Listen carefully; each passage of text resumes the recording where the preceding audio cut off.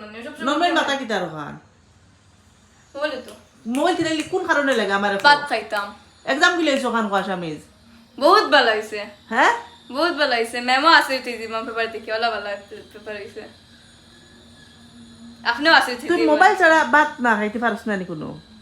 হ্যাঁ গলা ভাই হামায় না নি